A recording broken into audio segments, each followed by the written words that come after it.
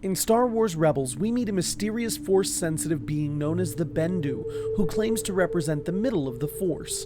He also name-drops the Ashla and the Bogan. But what does that all mean? What is the Bendu? Who are Ashla and Bogan? Let's discuss.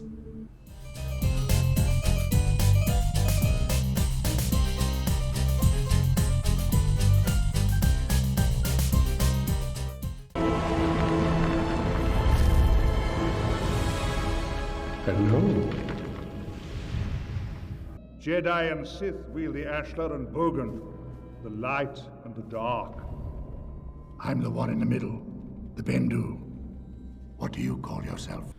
That was the Bendu, a Force-sensitive being that we meet on Atollon in Season 3 of Star Wars Rebels.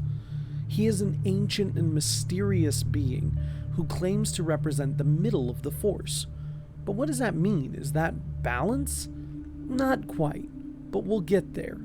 He also mentions that the Jedi and Sith use the Ashla and Bogan respectively. It is safe, therefore, to assume that those are the proper names for the light and dark sides of the Force in canon. But for the fans of Star Wars Legends, those names have an even deeper history, and it all starts with the planet Tython. We most recently saw Tython brought back into Star Wars canon in Season 2 of The Mandalorian. This was especially exciting for longtime fans of Star Wars Legends because the planet Tython has an incredibly rich history. You see, it was the original home of the Jedi Order. Tens of thousands of years before the Jedi Order that we know of came to be, Tython was home to an order of Force users known as the Jedi. I know, super creative. The name came from their word for mystic center. The Jedi related the Force to their surroundings, to the planet Tython and its two moons, one perpetually bathed in light and the other in shadow. They named the light moon Ashla and the dark moon Bogan, and the two moons were representative of the equal parts of the Force in a very tangible way for them. The existence of both reminded them that there must be balance in all things, including the Force. The Jedi Order struggled to maintain balance in the Force. They thought balance meant to live in the middle, not too light and not too dark. When a member of the Order would stray too far to one side or the other, there would be consequences.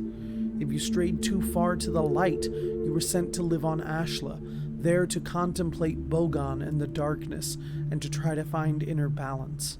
And if you strayed too far to the dark side, you would be sent to live on Bogan, where you would contemplate Ashla and try to find inner peace. But peace is never guaranteed. Eventually the balance was broken and the Force War broke out. This is widely considered to be the first war between light and dark side users.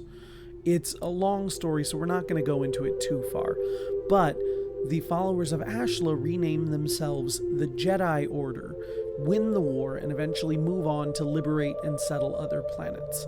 And that is where this portion about Tython ends. But it's important to remember that all of this with the Jedi Order and the planet Tython are legends and no longer canon. But what we do get in canon is pretty interesting too. Take a look at this image here. This is a mural first seen on Ahch-to in The Last Jedi. It is said that it represents the Prime Jedi, or the first Jedi, who founded that first Jedi temple there on Ahch-to. It is said that the mural shows the Prime Jedi in perfect balance, light on one side, dark on the other. One interesting thing that I notice here is the two celestial bodies in the space around the Prime Jedi, one dark and one light. Could these be a reference to Ashla and Bogan? Could the Jedi Order still have been in canon, with the Prime Jedi maybe being the last of the Jedi who formed the new Jedi Order there on Ahch-to? Maybe. Who knows? But it sure is fun to speculate. So if Ashla and Bogan are the names for the light and dark sides of the Force, this brings me to question another literal aspect of the Force, this time from the Clone Wars, the Mortis Gods. During the Clone Wars on the planet Mortis, we meet three physical manifestations of the Force: the Father, the Daughter, and the Son. The daughter represents the light side of the Force. The son represents the dark side of the Force. So would their names be Ashla and Bogan? Well, none of the Mortis gods are given names.